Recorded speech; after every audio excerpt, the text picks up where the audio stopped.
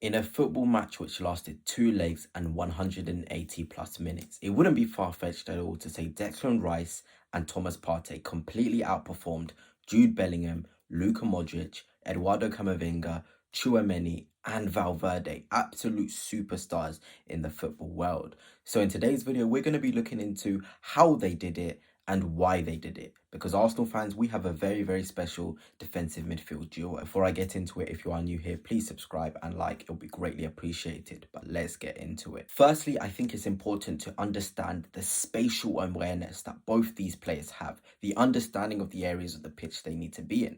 Thomas Partey in the first leg against Real Madrid occupied more of a central position, understandable as he is played at the centre and the base of the three-man midfield. Whereas Declan Rice, he occupied the left half spaces, the left part of the pitch, as it is his job to get on the ball, drive with the ball, and receive in the pockets.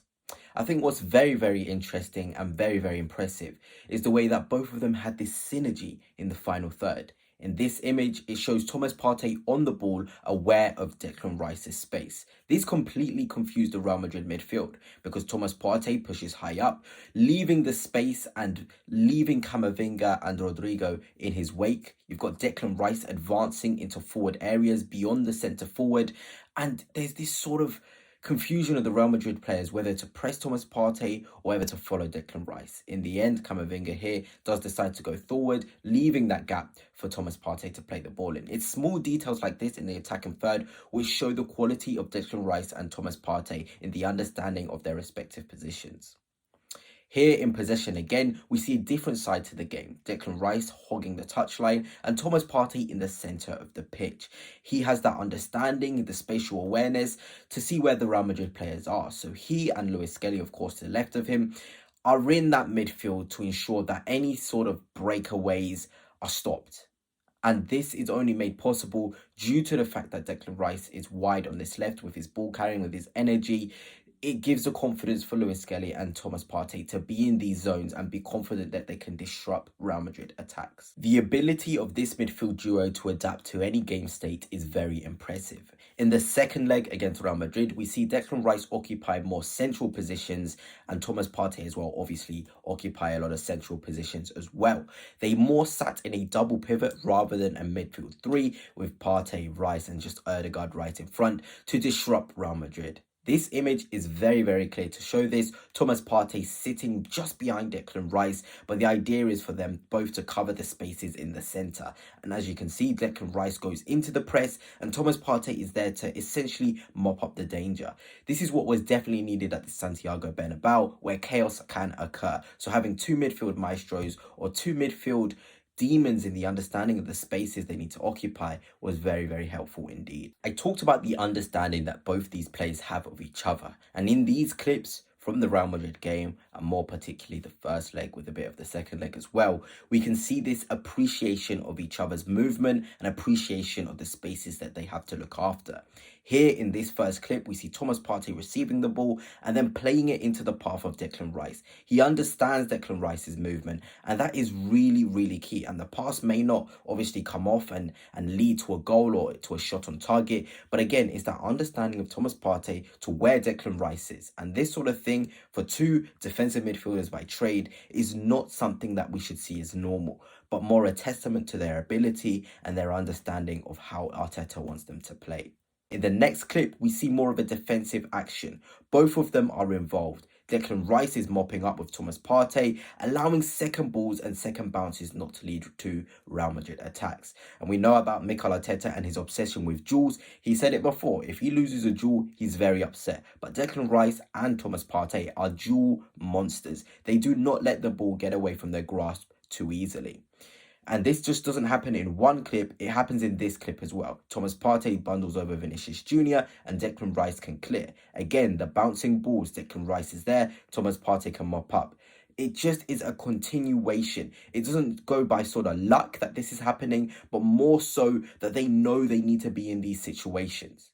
That's why Bellingham, that's why Camavinga, that's why Modric, they could not have any second to breathe because these two just knew what they needed to do and how they needed to close the spaces. But also on the ball, the simple stuff that maybe doesn't look that pretty, the understanding of how close they need to be in possession at times, but also the distances that they need to have here, the quick 1-2s between each other, the receiving the ball from Declan Rice, playing it into the feet of Thomas Partey. It is very, very key. It's all about pauser in the midfield, your understanding of when to quicken the pace of the game and when to keep it slow. And Thomas Partey and Declan Rice against Real Madrid, the best team in the world, showed that they can have this composure, but also have the quality to accelerate the game as well. In terms of specific statistics, in the first leg, both were absolutely incredible. Thomas Partey with a 94% pass accuracy, 4 out of 7 duels won, 3 tackles, 1 interception, and Declan Rice with 90% pass accuracy, 1 out of 3 duels won, 1 clearance, 1 interception, and of course 2 fantastic goals.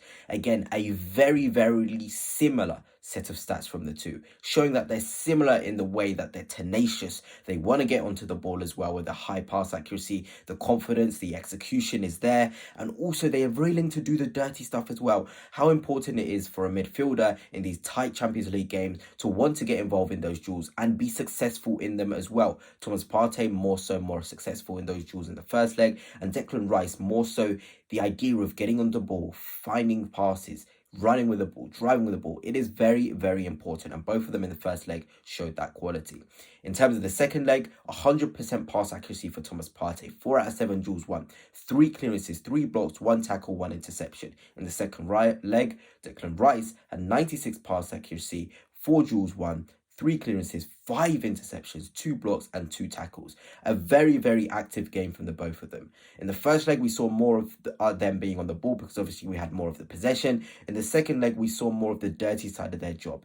Having midfielders be able to be chameleons in the different ways they play is such a blessing for a coach like Arteta. He can be so sort of flexible in his tactics, knowing he has these two defensive midfielders who can do either side of the game. It is important to note that although both players have many similarities in the way they play, their differences are equally as important. For example, Thomas Partey's weight of pass and his line-breaking passes are absolutely crucial to Arsenal quickening the game, quickening the tempo, and finding their attacking players in nice half spaces and positions.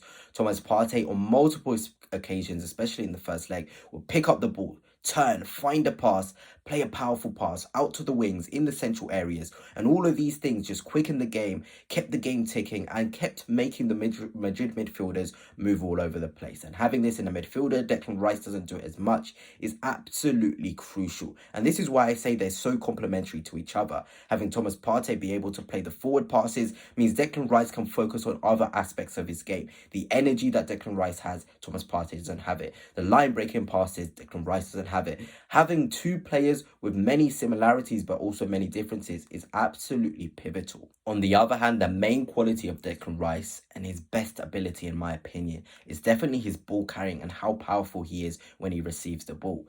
Here he is receiving the ball. Look how he eats the yards up. It instantly puts us on the front foot.